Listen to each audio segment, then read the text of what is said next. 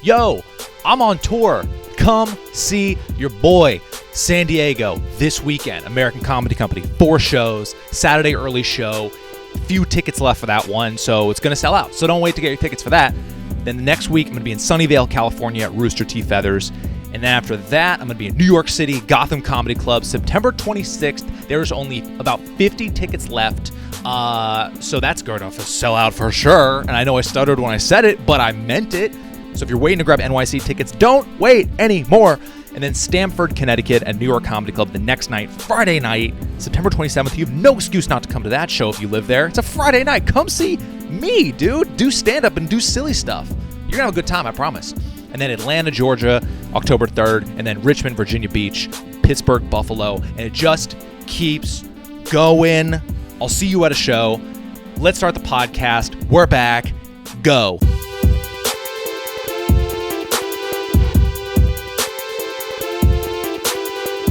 Willy B Pod back in action, already getting a little bit sweaty. It's a bajillion degrees in Los Angeles, even though it's September, but I'm not complaining because wherever you are, it's probably worse.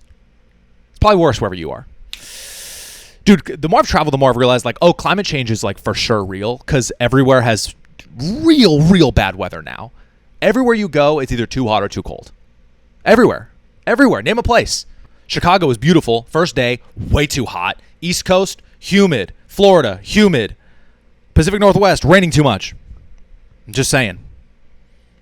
Hot takes up front. This is a political podcast. I'm gonna dude, when it gets to election season, I'm gonna get so political. Oh, I'm gonna talk about so many policies and amendments and voting stations. Oh man, couldn't be further from a political podcast. But it's nice to be here though with you guys, and not a huge, not a ton to report on this week. This is kind of just a little check-in. I want to be consistent. Sometimes I don't really feel like doing the pod because I'm like, and it's also like, it's not, we're not growing that fast. I'm kind of just doing just to do it. But the reason I like sticking with it, the podcast, is I know you guys listen, and I know there's people that like it, so I don't want to leave you hanging. And also, eventually, it's like the bigger I get, then I want to have a platform to talk about stuff and interview people. Like Theo Vaughn is such a good example. Like he was doing a solo pod for years, and people listened, but he wasn't that famous. And then all of a sudden, he became massive, and now he has like the biggest platform, one of the biggest platforms in media. Comedy for sure. He's turning into like the new Rogan, interviewing presidents and shit. It's like, so that's, I'm not saying, well, you know me, I get pretty political, so that'd probably be a good thing for me to interview presidents because you know how political I am. If there's one thing I'm about, it's commandments and amendments. What's that, dude? What's the props? I was gonna say props. One time I did a joke. I did a political joke about props. I did it one time and it bombed really hard, and I was like, no more political jokes for me. What am I even talking about? Oh yeah, I'm doing the thing where I say I'm too honest, where I'm talking to you guys how I feel about doing the podcast. And some people like that, but I'm like, dude, also maybe I should just lock in and just be like, man, everything's great always. I love life, which I do, but I'm yapping. I'm just yapping. Dude, I want to talk about the because last podcast I was in Chicago with a towel behind me and a towel under the camera. And I talked about the Tuesday, Wednesday shows in Chicago, and that was the day of the sold-out Thursday show. So I want to do my due diligence to just talk about that show real quick. And it was a great vibe during the day. Like, knowing that your show is sold out, it's really cool, man. It's a really nice feeling just to be like, okay, nothing to worry about. I just got to do the jokes and be silly. Instead of like, oh, I wonder where tickets sales are at. I wonder how many people at the door are going to buy tickets. And granted, a lot of people don't care about that stuff, but I do, man. And so there was this, I didn't feel as heavy. I felt a sense of lightness, and I was like, oh, like I can just be a comedian. I don't have to worry about everything else. And it was, I got to be honest, man. I took a beautiful walk. I know I talked about how bad the weather was, but in everywhere. But those couple days, Wednesday, Thursday in Chicago were heaven. And I was walking around, and dude, I got like a little bit emotional. I got to be honest. And not get emotional now, just clear my throat. I don't get, oh, you think I'm going to cry on the podcast? Nope. I got a little emotional just because things are going well right now, man. Things are just going well. What I'm doing is working, and it's a really, really good feeling because of how hard I work and how much I want to be successful. And, I did my first year of comedy in Chicago, and, I was just kind of doing the open mic rounds, trying to figure it out, just to get comfortable on stage. And it was just, and to then come back, 8-9 years later with, 2 sold out shows and almost 3, it was just like, I was walking around this beautiful day, just like kind of emotional, man, kind of letting the emotions wash over me and just being like, and allowing it and not fighting it, just being like, wow, man, look at you, man. You're really doing something here. And it's a beautiful feeling, man. It's like, if you don't have those moments, it's like, there's no point. There's no point in doing this if you can't, tap into those emotions. It was a really special feeling, and I've always said, my mantra has always been like, I'm going to do everything in my power to be successful. I'm going to outwork everybody and work as hard as I can to be successful. If I'm not successful, I just don't want to look back and be like, oh, I could have done this different, could have done this. Like me, I'm just going to do everything. I'm going to do the podcast, do the clips, work on my act as much as I can on stage. And so it's just like, it's just nice to see hard work pay off. And I got a little emotional. So, and the show itself Thursday was pretty great. Not as fire as Wednesday. Again, recapping: Tuesday, good but little tough. Wednesday, electric. Thursday, kind of in between. There were some tough moments. They made me work a little bit. They were not an easy crowd, but there were some big pops that we got, some big moments that they loved, and it was interesting. I really spent a lot of time trying to figure them out, but I'd say it was the in-between, and there were some really fun moments. I may have caused a breakup in the front row because I asked a dude who was, and I'm going to post the clip probably next week or the week after. He was an inventor, and I was like, fantastic. Also, are you 200 years old? How is that your occupation? An inventor? Are you Thomas Edison? What's happening right now? And he said something about, he was like first he says a chemist, and I was like, oh, why did you want to be a chemist? And he said, like, in college my chemistry teacher was really hot. And he's sitting next to we're sitting with his girl, and she's like, this is the first I'm hearing of this. And I could tell it was a problem. And in the meet and greet, I saw them and I tried to diffuse it because she brought up her whole dating history about how like she kind of ghosted him a couple different times. And so I was kind of like, no, it's fine. You guys are even now. And she was like, oh, dude, she was like, yeah, turns out they're friends on Facebook, him and the chemistry teacher. And I was like, yeah, but you ghosted him. So you guys are even. It's all good. But I mean, they're for sure going to break up. Whoops. Sorry. Not my fault. He said it. I didn't get it out of him. He said that shit, dude. So overall, Thursday was great, but not as electric as I thought it could be. And I'm going to start doing ratings for shows. So out of 10. So and this is the Willy B rating. So this is not how the show actually went. Objectively, the shows will always go higher. But this is my my rating for the show of how I felt as the comedian. Tuesday, I would give a 6 out of 10. Wednesday, I would give a 9.5 out of 10. And Thursday, I would give a 7.5 out of 10. Those are the ratings. And here's something interesting that happened is after the show, actually a couple different nights, people said they came back to see me for the second time. And I was like, that's awesome. And I even checked in. This is purely a selfish check-in. I was basically like, oh, I did. Hopefully there's enough new stuff in there. So it felt like a different show. And everyone was like, yeah, for sure. All good. Someone was like, yeah, I could have watched the same exact show again and I would have been happy. So this is all really interesting data. And going off of that, I even also said, oh, just so you guys know, if you come back to see me for the third time next year, it's going to be a completely different act. And I expected people to be like, oh, no way, cool. And they were like, yeah, okay, cool. What? Oh, okay, whatever. Like, they don't give a shit. And I give so many shits. I'm so aware of what act I'm doing, the new jokes, the old jokes, who's seen them, who's not, and they don't give a fuck. They're just laughing and having a good time. They don't remember the jokes I did a year and a half ago, but I feel like it matters. And I think people do, and I think it does matter, but the people I talk to, they were like, whatever.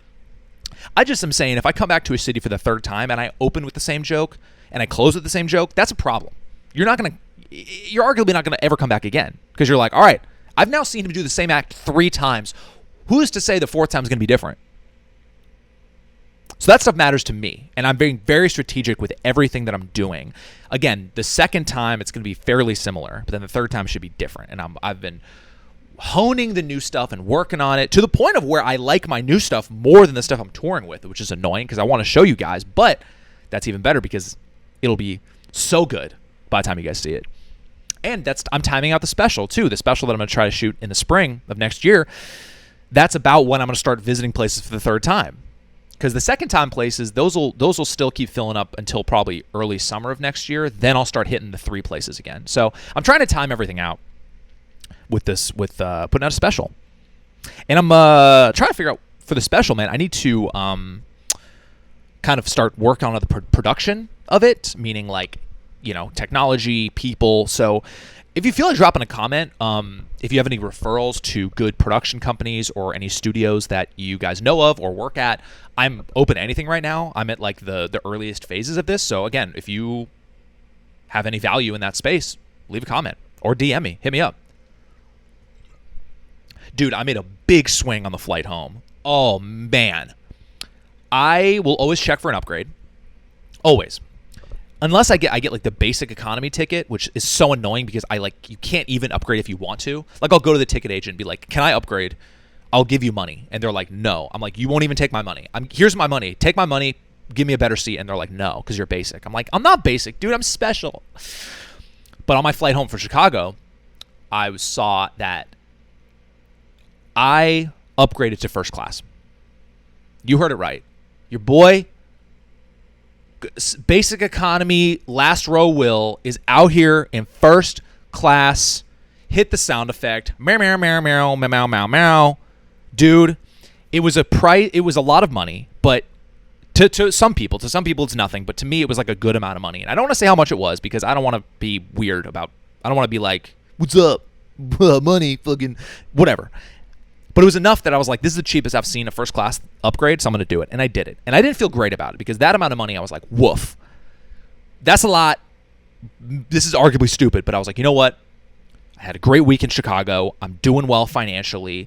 And I've always said the worst part of stand-up is the travel. So if I can make the travel better or arguably fun, then what's the downside, bro? We're living large. So I got window seat first class, and bro, it was awesome. It like ruined flying for me. Dude, your boy had the comfy, cushy, lay flat seat. I was in the sky looking up. It was crazy. I've never been so comfortable on a flight in my life. It didn't even feel like I was flying. It felt like I was just hanging out. Dude, I was doing the same things I would have done on my couch in the skies. And dude, we had a meal. I'm talking a meal with silverware and glassware and ting, ting, ting, ting, ting. Those noises, your boy was getting the ting, ting, ting in first class. It was fantastic. And on the meal, this wasn't some bullshit microwavable Salisbury steak Marie Callender's shit. This was some fucking like nice meal, dude. I had some chicken with red sauce and broccolini and polenta and a little roll and a blueberry cheesecake. I didn't want to get off the flight. The meal was fantastic. I couldn't. It was, I don't know, man. Every part of it was better. It was actually really bumpy for the first like 30 minutes, and it was just like better. It was a better experience. The turbulence didn't feel as sketchy. We were on one of those big ass planes too. I forgot this factors into the decision. It was one of those 52 row planes with like the 3-banger seats with like boom, boom, boom. They're the 3 rows rather, and I was row 48 window. Back, way back. It's like we land and I gotta wait an hour to get off the flight. It's almost like we land and there's a layover. So that factored into the decision as well. And I was getting in at like rush hour in LA, so I was like, get me off this flight ASAP. So between the meal, the reclining, the cushiness, I got sparkling water before the flight. It was like, it really made me, it honestly, it cost me a lot of money because I'm gonna do this again. And it was fun. That's the thing that was crazy, is that I was at the airport looking forward to getting on the flight. When have you ever felt that? It's always dread. But this one was like, dude, this was fun. Let's run it back. Let's go back to Chicago so I can get some more work done. 10 out of 10 experience. Can't wait to do it again. I checked for my flight to New York. I'm on JetBlue, and I wanted to see how much Mint would cost. And I think it was $700 extra each way. And I was like, that's too much. So just to give you a sense of what I paid, I was like, it's too much money. I can't do that much. Like I could, but like that's just seems that's like so much each way. So I'm spending another $1,400 for this, for Ting Ting and also this. Not worth it. I gotta have some boundaries there. But I'm gonna do it again. You bet your damn ass I'm gonna do it again. And now I'm back. Now back in LA working on stuff. I tried out a brand new part of a joke on Saturday night, and it worked like 10 out of 10 well both times. And now I did it last night for like the third or fourth time, and it keeps working great. And I'm so excited, man. When you get a new joke that works out the gate, there's nothing like it. Because not only is the feeling of something new working, like a new idea, we're all just, comedians just chasing new ideas. That's what we want. But then to get it like working out the gate is like euphoric. You feel so confident. You're like, dude, I'm the best. I came up with a new idea and it killed. And it was about I have this whole chunk in my act about Oso, which I'm going to give an Oso update shortly. And basically about the whole process of like, we decided to get a dog. What kind of dog do we want to get? Going to the shelter, having him, and I have this new part about basically talking about how he's Spanish. Because his name's Oso, which means bear in Spanish, and so we always had this theory that his owners were Hispanic, and so it's about basically trying to like train him and talk to him in Spanish. And dude, it worked so well. It made me so happy. I remember I wrote the big punchline, like the big ending punchline, and I was in my apartment, and I was like, when I wrote it, I remember I threw my pencil. I was like, dude, if this doesn't work, I was like, this is a banger. If this doesn't work, I'm out. And sure enough, I was right. Nothing better. I've really decided recently that stand-up comedy is like the best thing you can do in entertainment. It's the best, I don't know how to say this, the best job in the entertainment industry, because you don't have to rely on anybody. It's just you. You show up to a place and all you need is a microphone, and that's it. You don't have a band behind you. You don't have instruments. You don't have other people's opinions or thoughts. You just get to do everything yourself. Acting is cool, but also you essentially just have to wait around. That's all acting is waiting. You get there at 6 a.m. and you're there for 14 hours, and you work for like an hour, maybe. Most of the times, you're just sitting there on your phone eating bagels, right? And you may not even like the thing that you're doing. The thing that they're asking you to act, you're like, this isn't even that good, but I have to do it so I can get paid. Working on a film set, I thought I wanted to do that, but then you get on to work on like a movie set, and you're like, this shit's like this is like a construction site. This isn't even glamorous at all. This is Hollywood's like not that cool. It's like very technical and boring. And also, even if you're an actor, if you're the best actor, that doesn't mean anything. You need so much luck and have the exact right look. But if you are the best comedian, you will be successful. Like if you're that good. And I believe this is like a Jerry Seinfeld quote about saying like if you're that good, you will be successful. But the hard part is being that good. But if you're the best actor, doesn't mean anything. Because your nose is a little weird. They're not going to cast you. Seriously, that's how it goes. And so I've just been really grateful to be in stand-up, because also in stand-up, you are the... and writing, that's another job in the entertainment industry, being a writer. And to me, it's not like a fun time just to sit at a laptop and go, okay, what's a good... Here, let me think a bunch. I've never been one to be able to write jokes at a computer or a notebook, just because I don't know how to manufacture jokes like that. And so the process of writing a script is like not that fun. To some it is. I don't find it fun. And even when you write something, there's like such a low chance of it getting made, and it's going to go through so many changes. It's like not even yours by the time it makes it on TV. It's not even your thing. And with stand-up, what's so cool is that, and I say all those other jobs because I I at one point was interested in all of them, and I still am. Acting and directing and writing, those are still things I want to do, but the more I've been involved in the entertainment industry, the more it's kind of changed my view of it all. And like with stand-up, you are the actor, you are the director, you are the writer, now you're the cinematographer and the editor. It's like you're everything. And you get to decide all of those things. It's pretty magical. And then when you can become successful at it, dude, the best. I got a lot to be grateful for. Dude, let's, Kaylee and I, my sweet, sweet lady, we booked a vacation, dude. I don't think I talked about this yet. Dude, I haven't taken a vacation in minimum over 5 years. It's probably been 7 years since I've taken a vacation. I mean, like a vacation. Like we've had getaways and stuff, but I'm talking like fly to a place to go relax. And we booked a trip to Cabo at an all-inclusive resort and like dropped a bag on it. And I can't wait. And this is my September, October travel is crazy. I'm like gone so much and it's going to be so intense. And so at the end of that's when we picked the vacation. And it's the week of the election, which I got offers for shows that week. And I said no because I was like, dude, I don't know what the state of the country is going to be. I don't know what things are going to be like. And I don't know if I want to risk doing shows and have ticket sales be affected because people are in a weird vibe, in a weird state, and maybe there's protests. I don't know what's going on. So I was like, no shows that week, and that's where we're going to go to vacation. If anything, we're just leaving the country. Just in case it gets wild, we're like, peace, we're out of here. We're going to Mexico. So excited. We got a baller-ass suite. I'll do a whole recap of that thing, but I just want to bring it up to be like, yeah, I'm excited, man. I booked a vacation, which I never do. Let's do a quick Oso update. He is, dude, he's such a sweet boy, man. He's turned into the sweetest boy ever. He's just been like so good lately. He's adjusted so well to now he's just like a sweet, sweet, good dog. And he's a really good boy.